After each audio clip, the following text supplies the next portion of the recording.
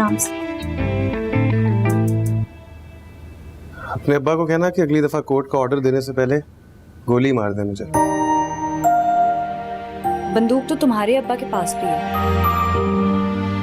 हुक्म करो, अभी तामील किए देते हैं, लेकिन बेवा हो जाओगी बस सोच लो।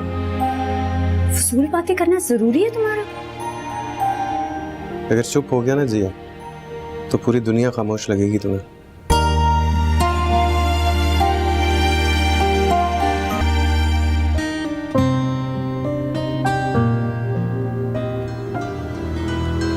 तुम क्यों आ रही हो बार बार हमारे दरमियान?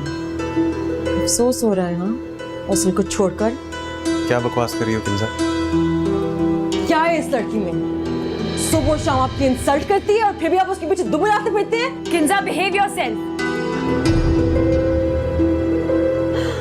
अब तुम मुझे सिखाओगी तमीज? हाँ मुझे, किंजा जलाल अहमद खान को? किंजा किंजा पागल हो गई हो। Behave yourself.